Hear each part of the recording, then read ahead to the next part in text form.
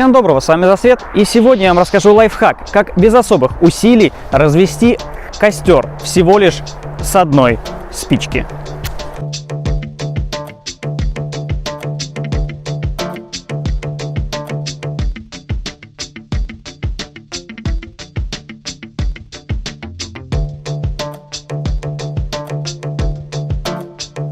Важно понимать, прежде всего, огонь – это наш друг.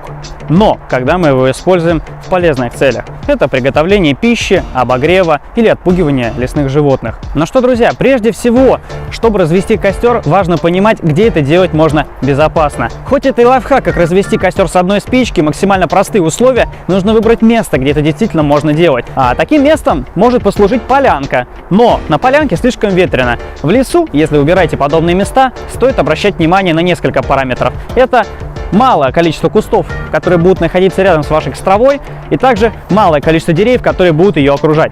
Примером такого места может послужить вот такая вот полянка. Здесь достаточно на большом расстоянии находятся кусты и деревья. Если посмотрим наверх, здесь достаточно большой просвет. Ну что, друзья, когда мы выбрали место для нашей костровой, будем заниматься сбором дров. Пойдемте.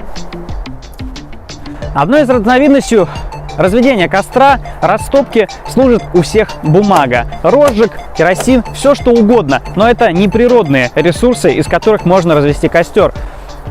Допустим, мы попали в ситуацию, что у нас есть только один коробок со спичкой, с одной единственной. Что же делать в таком случае? Можно развести костер из березовой коры. Это все прекрасно знают, как делать. Кора очень хорошо умеет гореть, но у нее есть большой недостаток. Она скручивается при горении. А та растопка, которой пользуюсь именно я, сейчас вам и покажу. Это еловые палочки. И именно вот эти вот маленькие палочки практически всегда и в любую погоду остаются сухими.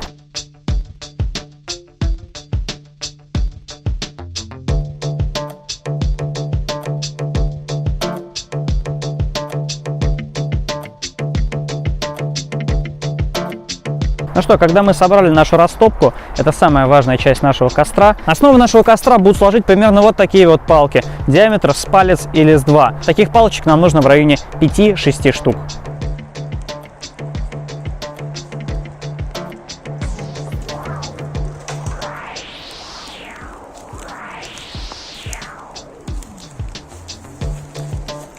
Ну что, мы собрали все наши дрова и теперь приступим к подготовке костра для разведения. Прежде всего можем разгрести место для костра. Это можно сделать ногами, можно сделать палкой, для того, чтобы не воспламенилась трава. Берем средние палочки средних размеров, примерно толщиной с палец 2, и выкладываем их штабелями друг к другу.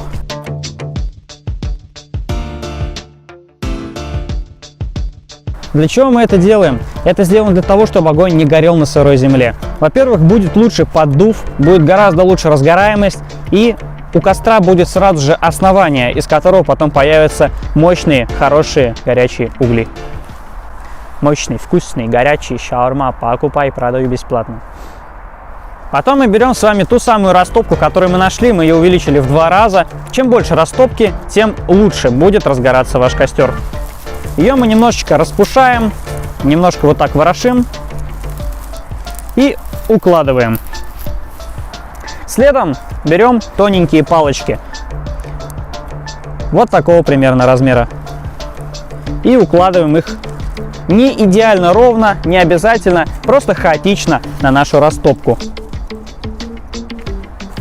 Остальные маленькие палочки мы оставляем пока что в стороне, средние и большие точно так же не трогаем. А сейчас будет момент истины. Разведение костра с одной единственной спички. А теперь самое важное. Как разводить костер с одной спички.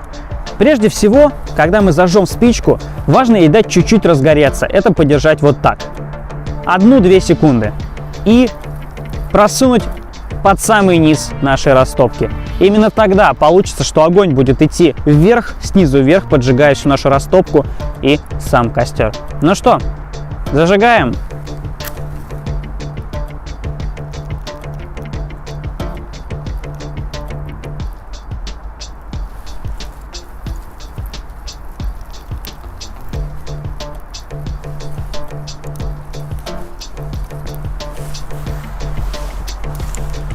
Как только костер начал разгораться, в самом сильном месте, где он начинает показываться языки пламени, немножечко можем наложить тоненьких веточек.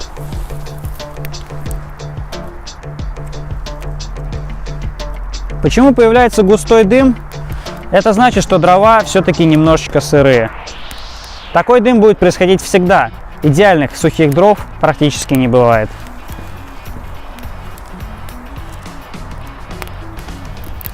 Как видите, такой огонь уже можно раздувать. Он не будет тухнуть, если мы будем дуть на него своим воздухом.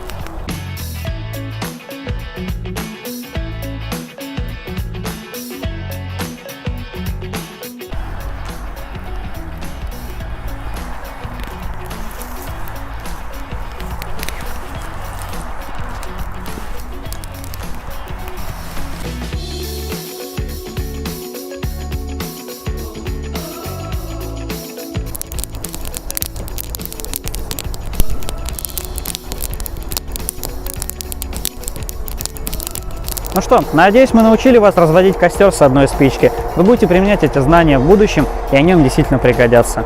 Если рубрика эта вам понравилась, поставьте обязательно лайк и подпишитесь на канал. Я буду вам очень-очень благодарен. А также не забывайте читать описание, там есть ссылки на 2 канала. Это 2 канала моих друзей. Каждый из них по-своему уникален, и каждый из них делает интересный контент. Обязательно его посмотрите. А с вами был Засвет, и всем доброго!